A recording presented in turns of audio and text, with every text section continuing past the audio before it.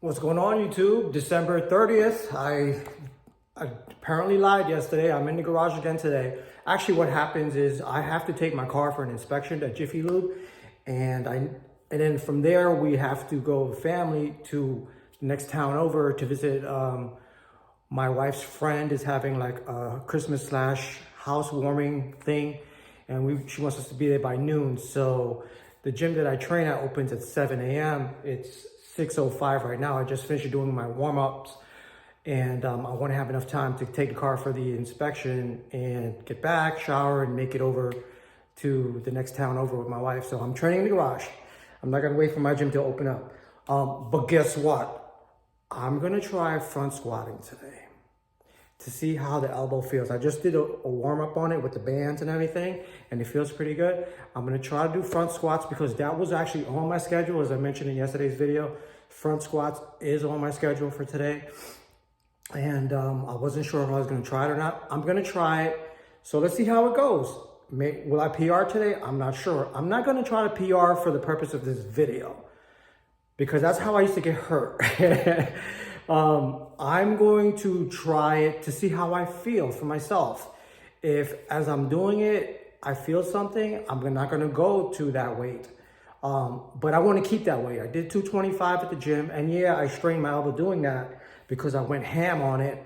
But I'm gonna just try to go for one set with that weight today and see how it goes. And I guess the one or two people that watch my video, Brian from Middle Age Mind and Muscle, you're gonna get to see it and celebrate it with me. So let's try it out. But like I said, I'm not gonna, for purposes of this video, I'm not gonna do it. And the reason why I mention that is that as I told you guys in my last video, I used to be on Instagram and I had a good following. I had like, I guess for me, 2,000 followers, and I had a lot of engagement on that thing. But then I also had a lot of women on my Instagram, and I wasn't doing anything, but I let my wife go into my inbox one day, and that ended my Instagram career. I had to delete that account. So I'm no longer on Instagram. I'm here on YouTube. No one knows I'm here. Only one or two people watch my videos, and it's all good. It's all good. I found that I had an addiction. Let me mention that real quick. I had an internet addiction. For me, if I get too much engagement, like on Instagram or on, say, this YouTube channel, say for instance, more than 2 people were watching this video. I was getting hundreds of people watching this video, hundreds of comments and likes. I get addicted to that shit. I start looking at my comments, see what people are saying, responding to all the comments, saying, oh my God, I gotta do a better video next time to get more engagement.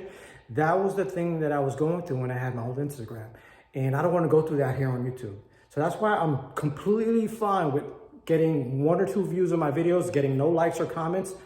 I'm not hurt by it at all. I actually think that is good for me, keeps me in place. I don't want too much attention on my stuff. And so essentially I'm doing this just for myself, to chronicle my lifting and how I'm looking at my age and all this other stuff. So that's what the purpose of my YouTube channel is at this point. It's not to get a whole bunch of likes and subscribe and all that.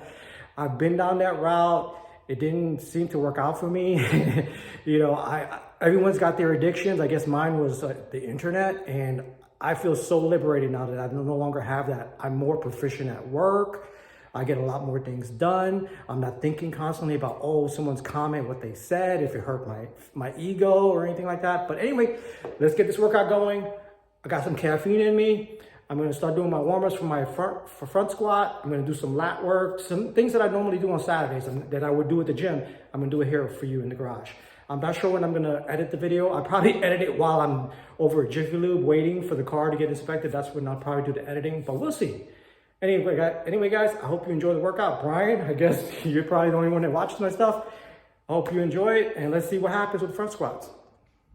Okay, guys, this is basically just me chronicling this journey. I normally wouldn't even film this kind of weight, but I'm feeling the pull right here. I guess it's my tricep. This is where the pull is happening. And it doesn't hurt, but I do find that it affects me. And like I said, I normally wouldn't even film this. I think it's like 165. I normally wouldn't film this, but I think it's fair for me to do it, because I might not make 225 today. Like I said, I'm not doing it for the video. I'm doing it for myself to see if I can do it.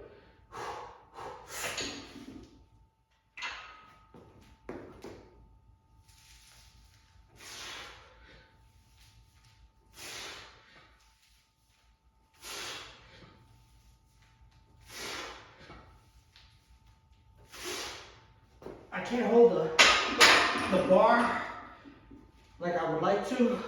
I'm barely hanging on to it because of the pull. My next time I'll go to 185 and see how that feels. But yeah, I'm not sure if I'm gonna make 225 today. Okay guys, I got 185 on the bar. I decided to wear elbow cuff to be on the safe side. This is one of the remnants that I have from when I used to have elbow pain. And I'm not trying to get hurt. Let's see how it feels. 185. If this feels good, I want to jump up to 205. And let's see from there.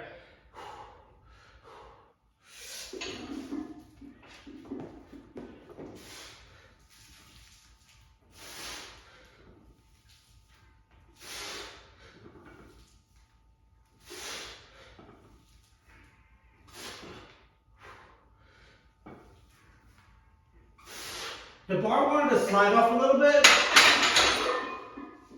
right here because I don't have full flexion.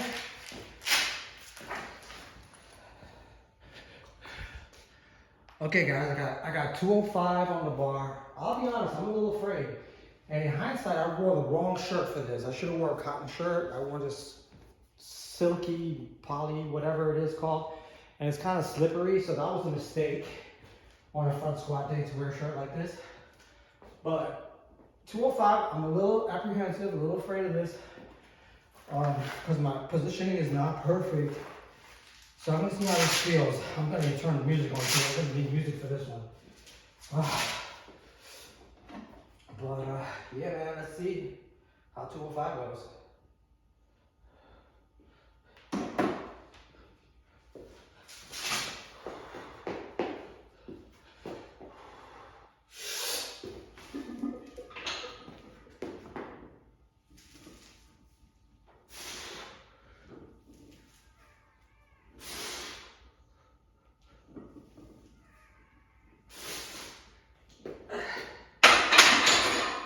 It didn't go well. It didn't go well. My positioning is not that great. And as I'm coming up, my elbows want to go this way and make the bar collapse. So I'm going to drop down to 185 and do 2 sets of 5 with that. I'm not going to film it. But yeah, not every day is a win, guys. And I'm wearing the cuff, but it's kind of like messing up my positioning. Because I guess it's too thick, and I don't want to do it without the cuff. I'm actually going to take the cuff off, to be honest with you, to do the sets of 185. Actually, guys, I'm going to be completely honest with you. I'm not going to do the 185, the 2 sets, because I started feeling a little something right here in the bicep area. I took the cuff off. It's okay, but I want to listen to my body, and I feel like this is important. Like I said previously, I used to go for PRs for purposes of the video, and I would get through the movement, do it. And the minute I hit the stop record button on my phone to post it on Instagram, I'd be walking around like, ah, man, I should have done that shit. Things I used to do for likes, right? I'm not doing that anymore. So I'm gonna call this a wrap. I'm gonna continue my workout, but I'm not gonna do front squats today. Like I wasn't even planning. I wasn't sure if I was gonna be able to do it today. At least I did something. But I'm gonna wait until next Saturday or Tuesday, depending on how I feel. To try to get this again, but I think my arm needs more time to heal. I'm not gonna push it, and I feel like this is an important lesson for myself and for whoever watches this video, that sometimes your body just needs time to recover. And so because of that little tension I was feeling in my bicep, it was like it might have been a nerve or something. I'm gonna just finish the workout and film that stuff. Okay guys, so that little thing that I was feeling, that little tension that I was feeling in my bicep, doing those front squats, doesn't seem to affect me in curling. I just want to give a quick shout out to Rep Fitness. This is the Rep Fitness curl bar, stainless steel. I love this barbell. My gym has, like I said, shitty barbell curl bars, and the knurling sucks on them, and they're kind of thin. This thing is a fucking workhorse. It's 30 pounds. It's 30 millimeters, I think. So it's like one of the thickest curl bars that you can get. And I love using this thing. I swear, sometimes the stuff I have in this home gym feels so good. But this is my first set. And because the bar weighs 30, 40, 50, 60, so this is 70 for my first set. Love this curl bar.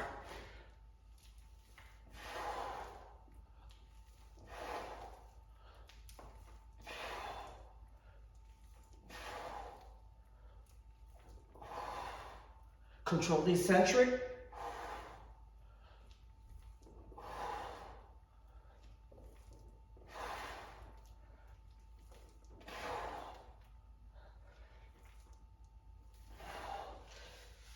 First set, I'm gonna go up a little bit. Awesome curl bar. Okay, this is second set. I got 85 on the bar. I think I'm gonna stick with this and I won't film the following sets. I'm gonna do 3 sets with this weight. This is my first set. Since I don't plan to go up, I'm not gonna film the other sets. You guys don't need to see me doing the same movement with the same weight over and over again. I'm gonna do 10 with this. Try to take my time on the eccentric to work on that hypertrophy. But like I said, the Rep Fitness Easy Curl Bar is the best barbell curl bar that you can get. It's 30 pounds. I think Rogue, when I was training at Bull and Bear Powerlifting Gym, they had the Rogue Fitness Easy Curl Bars. Those are actually a little bit skinnier than this, believe it or not. I think they were 28 millimeters. And the knurling was not as good. And the thickness, which is the selling point for me with this bar, is that it's thick. So for like when you do tricep work with it, it's really good on the elbows, which as you guys know is important to me.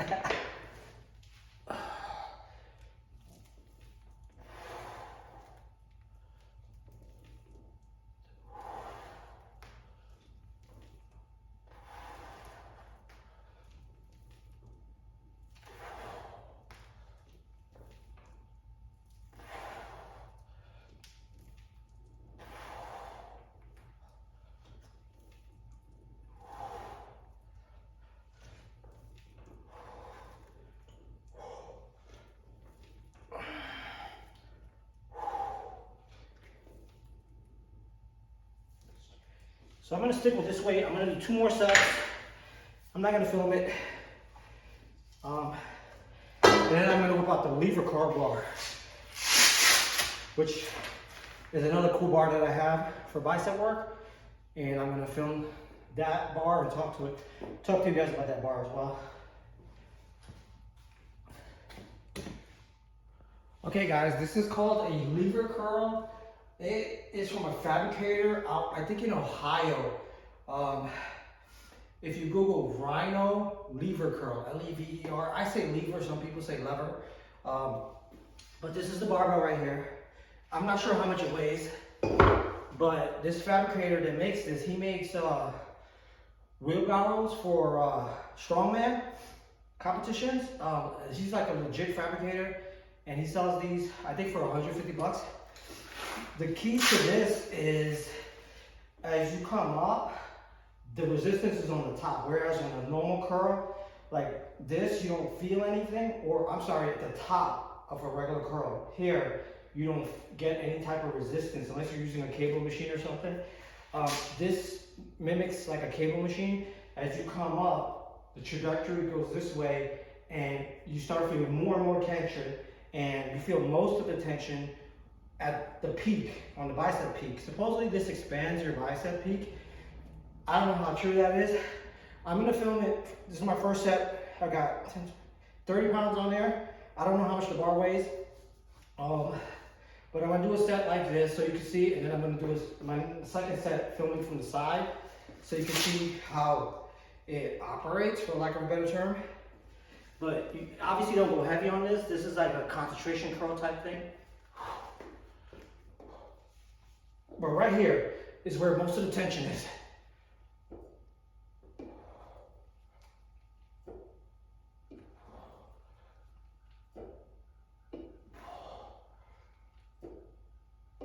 I'm gonna actually go up a little bit on my next set.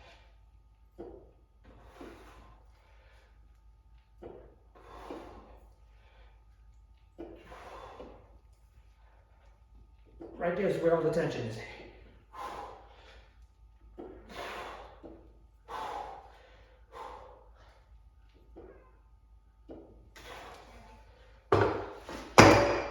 The originator of this concept is Watson out in the UK, and I think these people copied it, or the concept anyway, not the bar exactly.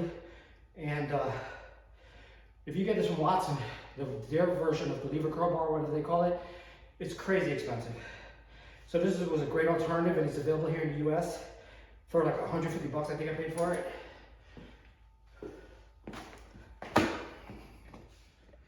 Okay, this is set from the side, so you can see how it works from the side.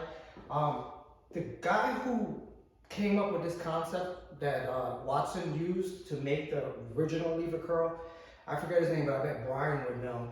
He's a well-known Olympic coach in Canada, and he passed away, I want to say, a year and a half ago. And he was known for really having like strong bicep peaks, and I'm wondering if maybe this contributed to that, or it was just genetics. But I can't remember his name because I'm filming. But normally I remember his name. He's a well-known Olympic weightlifting coach. And he was the knees over toes guy's mentor. Knees over toes guy got a lot of his concepts from this coach. And he's a Canadian, and he passed away a year and a half ago. Gosh, I can't remember his name, but he was the one that gave Watson the idea to create this original concept. And his peaks, he was an older guy. He was like in his early 50s when he passed. And his biceps peaks were crazy.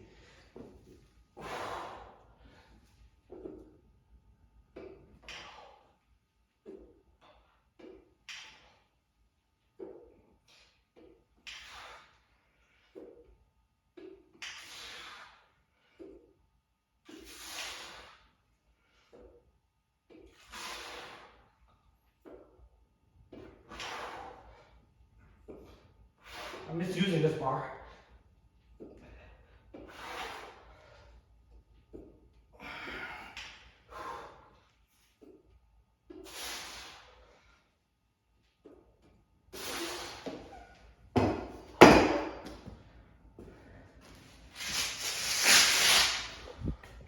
Okay guys, I'm hitting chin-ups now. I feel like chin-ups is a great transition if you're doing back and biceps. So in today's workout, I did biceps first, and then I'm gonna do back or lat work specifically. And I find that chin-ups is a great way to work your way into those movements, because the chin-ups works the biceps and the lats. So after this, I'm gonna do lat rolls. I'm not going heavy on these. This is only 25-pound plate. I'm gonna do 3 sets of 10 with this. And then I'm gonna do my lat rolls, which is like my favorite thing to do in the garage, which I've done in other videos, previous videos. For those of you who've seen it, I'm gonna do it today, because I just love doing it here in the garage. But yeah, 3 sets with this weight. I just did a 10-pounder, I weigh 180. Almost 185, working my way. Sometimes I fluctuate between 180 and 185, and so 25-pound plate.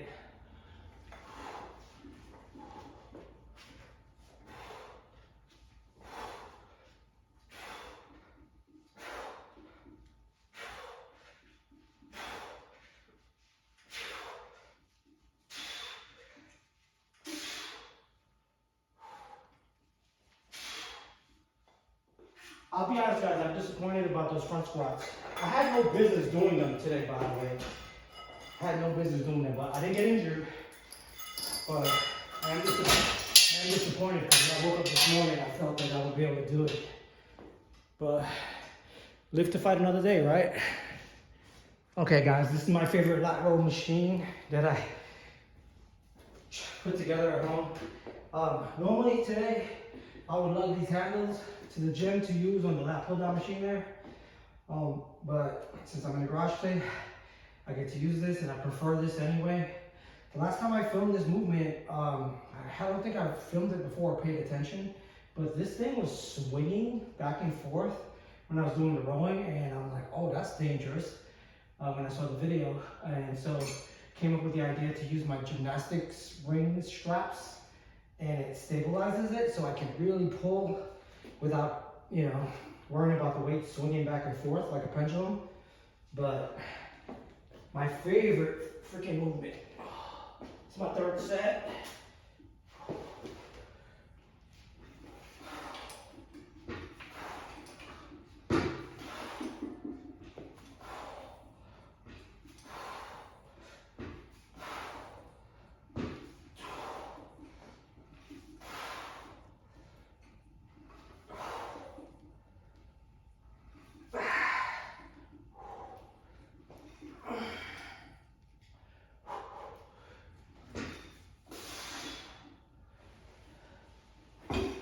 Switch to the other side.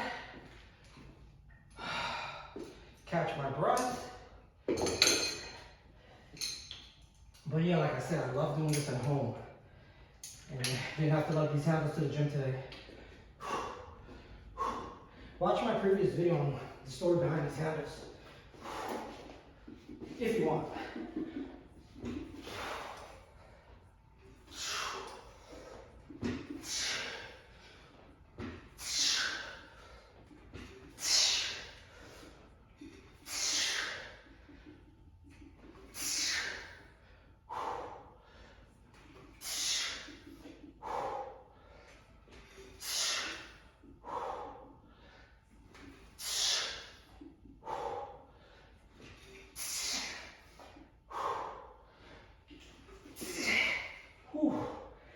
I'll do one more set with this weight. I'm not gonna film it.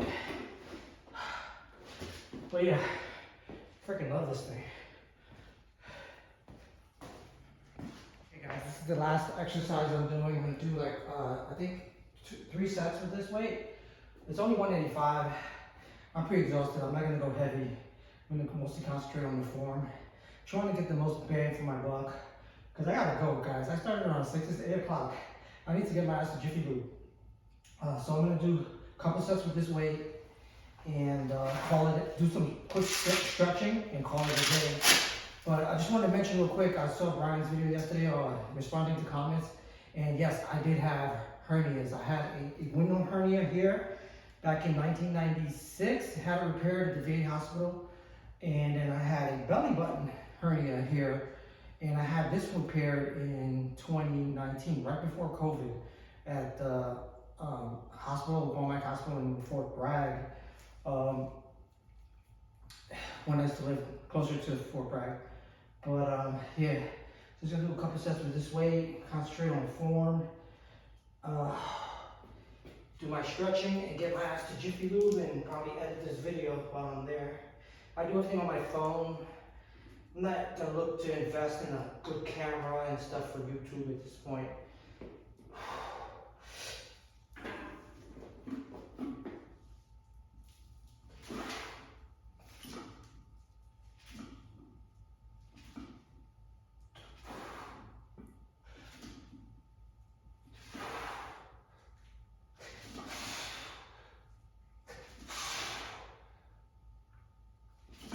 I'm not gonna lie, that felt heavy. I normally do barbell rows at the beginning of my workout. It's usually the first movement that I do. I did it Wednesday, was the last time I did this. And I normally work my way to 225 and use that as my working weight. But that is not happening at the end of a workout. That felt kind of heavy. I'm gonna stick with this weight. Anyway, that's a wrap for the workout. Guys, I'm closing out the video here, but I wanted to tell you that that 185 on that barbell row felt heavy as hell.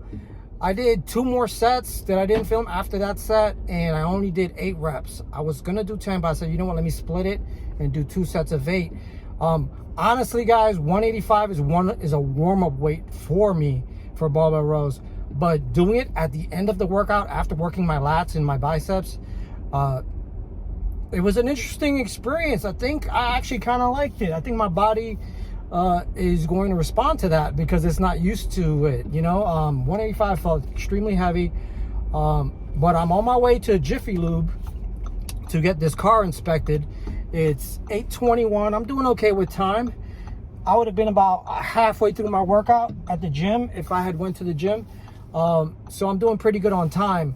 It shouldn't take me long to get this inspection done because my car is fairly new. It's a 2023 Audi Q5, and here in North Carolina, we don't have to do an emissions for the inspection when a car is less than 3 years old. So I'm only going to do the safety inspection, so it should go pretty fast, but I'll probably still have to wait for if there's anyone in front of me getting inspected. But so I'm on my way there right now, and I just wanted to mention a few thoughts that I had on today's workout. I feel that doing front squats today was probably a mistake. I didn't get injured from it, but I don't think my body's ready for it yet. My arm is not ready for it. I started feeling like not a burning, but I felt something in my bicep. And when I put the 205 on, and instead of going for the 5 reps, I just did 3 and racked it, because I'm like, you know what? It's not worth it. In the past, I used to push myself when I was filming because I had an audience, and I'm like, I had to make it a good video. So I'm reflecting back to my Instagram days. I used to push myself, and I got like micro injuries on numerous occasions because of Instagram, because I felt like, oh my goodness, people are looking, this has to be good. I have to, the weight has to be impressive so that people will like it. And that was a huge error on my part, and it was part of the addiction that I had with the internet. My addiction goes back further than that. It goes back to MySpace. That was when my internet addiction initially started. And I remember that it affected me at work. It affected my personal life. So everyone's got their addictions. Brian from Middle Age Mind and Muscle, his channel is geared towards food addiction, which is a real thing. But for me, I've never experienced that. Obviously, I've been lean all my life. I've been working out consistently since the 80s, and I never stopped. The only time I didn't work out was when I was on active duty in the Marine Corps. And but we did different types of workouts. We did what we call PT, which was running and burpees and things like that. So we did do working out, but we didn't do weights and pull-ups. So I never really took time off from physical activity since, I want to say 1985, 1986, when my mom purchased me my first Joe Weider bench from Sears. And that was what started the addiction to lift working out, if you want to call it that. I feel like that's actually a good addiction to have. But the internet addiction was something that I had to overcome. I have overcome it. Honestly, I have. I was able to delete my Instagram. And like I said, I wasn't doing anything on Instagram, but I was not stopping people from sending me things on Instagram. I had girls send me photos and videos, and I didn't stop them. I did say the entire time that I was married, and that's why I was okay with showing my wife my inbox when she asked on that occasion to see it. Because I thought I wasn't doing anything wrong, but because I was saying I'm married, my wife is not gonna like this, but they were still sending me stuff, and I wasn't stopping them. And so that was the issue that my wife had with the Instagram, and that was why I made the decision to delete it. And I even went to see a therapist. She had me go see a therapist for the internet addiction that I had. So I saw a therapist for a couple of visits. I didn't need that many because I'm extremely disciplined, and I used my discipline to get over that hurdle of the internet addiction. So I went for, I want to say 5 visits to the therapist when the therapist and I finally looked at each other and said, okay, I think you're okay. I had put my Instagram in for deletion, and I think the apps gave me like a month to change my mind. And the month had elapsed, and I didn't reopen the account. So all those videos and photos that I had posted for the past 3 or 4 years or whatever it was were permanently gone, and I was okay with it. I was completely okay with all that work, I guess you want to say, that I had put into my Instagram account just disappearing. I did back up some of my best lifts for like deadlifts, things like that. I did back those up to my Google Photos. Back then when I posted them on Instagram, I also uploaded them to my Google Photos. So I do have some of my favorite lifts, access to those on my Google Photos album, and I can always pull those up when I did my my best deadlifts, my best front squats. I have a video of me doing front squats with 225 at the Bull and Bear powerlifting gym uploaded to my Google Photos. So I still have all that stuff, but I can see the Jiffy Lube from here. I'm going to call it for today. I hope you guys enjoyed the video. I'm not sure when I'm going to post the video again because I don't film at the gym that I train at. I'm just too shy to whip out the camera at the gym because no one else films. When I was training at the Bull and Bear powerlifting gym, everybody had tripods out. Everybody was filming. Something about powerlifters, they film their lifts, I guess to keep track of it and for social media as well. But at the commercial gym, I train at a fancy commercial gym. It's called Club Works here in Fuquay, Varina, North Carolina. I live in a upper middle class area, and I don't know if that has anything to do with it, but a lot of the people at the gym are older too. And so this is like I don't want to say retirement community, but we have a lot of older individuals living in the town of Fuquay. And they don't film their lifts at the gym. So I don't do it either, because I don't want to be the one guy out there with a tripod getting in people's way and stuff like that. So that's why I wait until I train in my garage gym, which is not that often, and I film there because I feel okay with filming myself in my gym by myself. But anyway, going off on a tangent here, I'm going to call it. I'm going to go to Jiffy Lube now, edit this video, and I don't think I'll be able to upload it yet because they don't have Wi-Fi there, and I don't connect to public Wi-Fi. But I can edit my video on my phone while they're doing the inspection. So I guess you guys will see this posted, the 1 or 2 people that will see this video, which I'm, like I said in the beginning of the video, I'm fine with. I'm completely fine with hardly anyone seeing my videos because this is for me. I just want to have this memory. And so I'm pulling in, guys, and that's it. Take care, have a great day. Okay, I just want to mention real quick, so I'm here at the Jiffy Lube. They opened at 8 actually, so it worked out perfect. I felt I should tell you guys that. It's 8:30 right now. I'm the next car to go in, but they opened at 8, so it actually worked out. Man, having a garage gym is freaking great that I can do things like this. Anyway, women's approaching me now, so I'll talk to you guys later.